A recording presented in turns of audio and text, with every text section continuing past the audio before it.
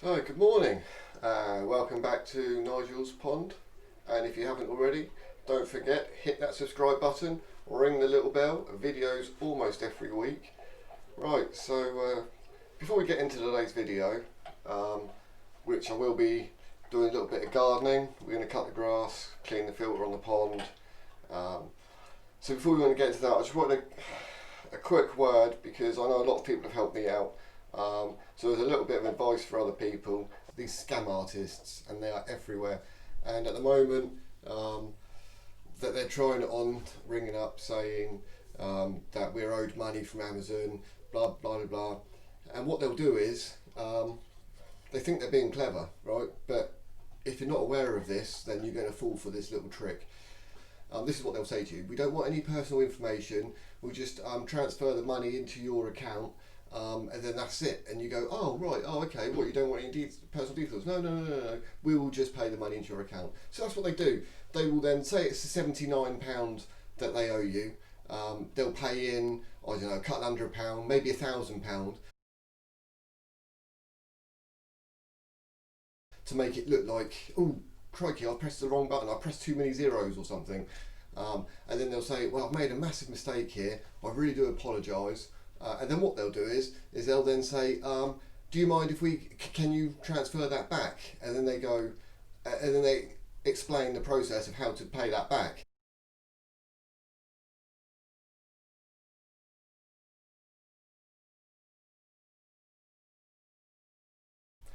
So I've seen this happen to a few people before, through just because of YouTube, because of this platform, it's been shared. And so I have seen these scams. So when they rung up and they were doing this on my mum, and of course everything that we've all gone through recently, absolute disgrace. So I just picked up the phone, just took the phone straight off my mum, because I saw exactly what was going on instantly, and I just told him exactly where to go. And I wasn't very polite about it. However, since then the phone kept ringing, and then you'd answer it and it was dead. Answer it, it was dead. Answer it, it was dead. They kept doing that, so we left the phone off the hook for a little while. The phone did ring a short while ago, and then when I answered the phone,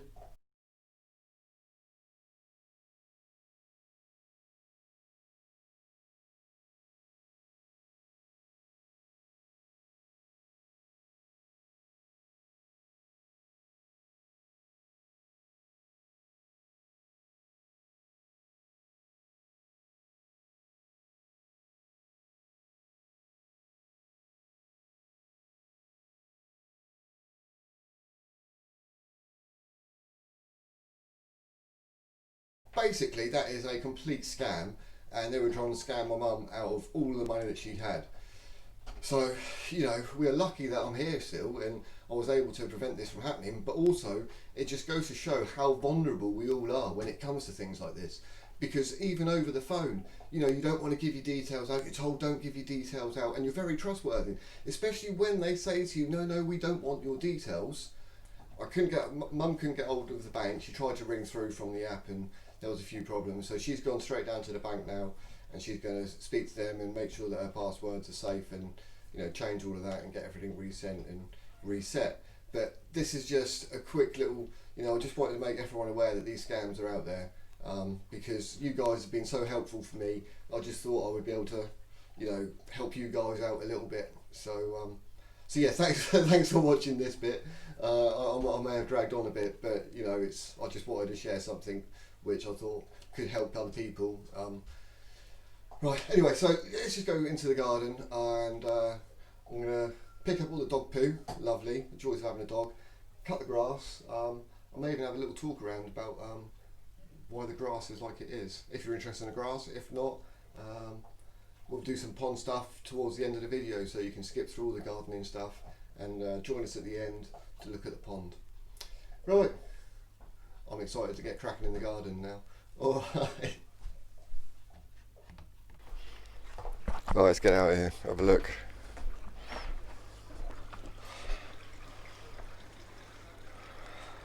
So it's a lovely deep green.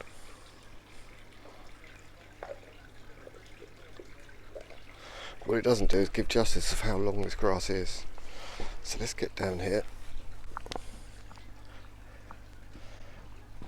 You just see Lovely long grass, lovely and thick as well. Yeah, so I've let it all come to head. So we got loads of nice seeds over there. And I don't do this often, maybe only once a year. Let it grow really thick, nice and bushy. Obviously fertilising it with the pond water. But I don't go over the top of watering the grass with the pond water.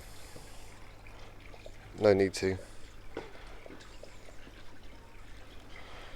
Right, let's get this grass cut.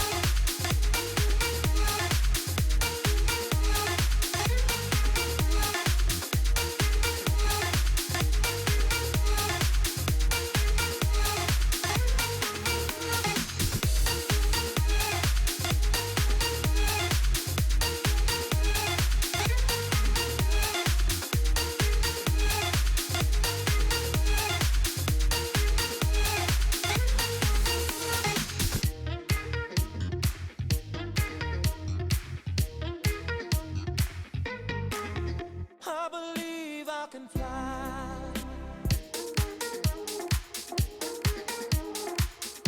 Yeah, so that's all trimmed. I didn't cut it as short as possible. We've left it a bit of length.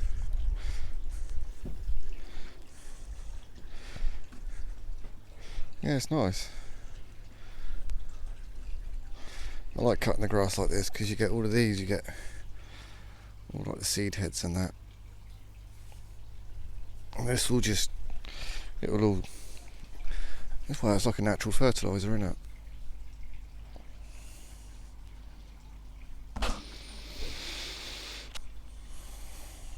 Smells nice, smells good, nice and sweet. Right, so around there I didn't cut that with the lawnmower because that's all fresh seed. So I just trimmed it a little bit with the trimmer. It's still quite long down there. The rest of it's alright, it's thickening up quite nice. Yeah, just do this annually and you should keep a nice thick green healthy lawn. But obviously the pond water, that helps. And if it's just about to rain, I usually go around with a watering can, bit of pond water first, chuck it on, and then let the rainwater sort of like soak it in. And of course leaving the grass on like this is also a natural fertiliser. And if you let the grass come to head, then you get some seeds as well. Happy days. Right, I guess I'm going to go sort that filter out because that one's stopped running now. Yeah, and still got to change this UV bulb, which I'm going to have to get cracking at some point. And I am just keeping that barley extract going. I'm just going to keep using the barley extract for now. I'm not going to try any more products this year. Right, let's do that filter.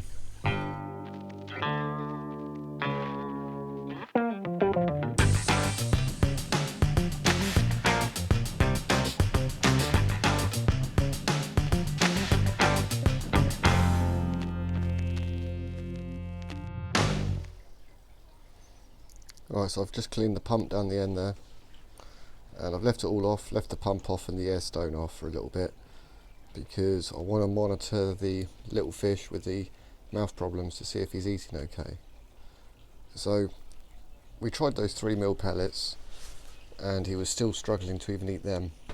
So what I decided to do is I'm soaking them with a bit of pond water, and then once they softened up a little bit, they're still a tiny bit hard at the moment, but once it softens up and I squash it, it drops down and it kind of like breaks up into smaller pieces, and while I was doing that he was able to have a little munch. But the problem being was all the other bigger fish were beating him to the food. So I'm going to feed the koi with some of these 6mm pellets. These are what my dad had. I'm not sure what brand or what they are, but there's only a few of them left, so we're going to carry on using them before I move on to any other products. But yeah, this is the one that I'm actually using for the smaller fish. These are actually the koi pellets that I bought the other day, and I did have a look through with sort of like what's in there. So there's some vitamins and also got the premium pellets. There's not a great deal of difference between them, but there is differences, only very slight. Right, let's squash these up a little bit, and then I'll come back to you in a minute once they're feeding.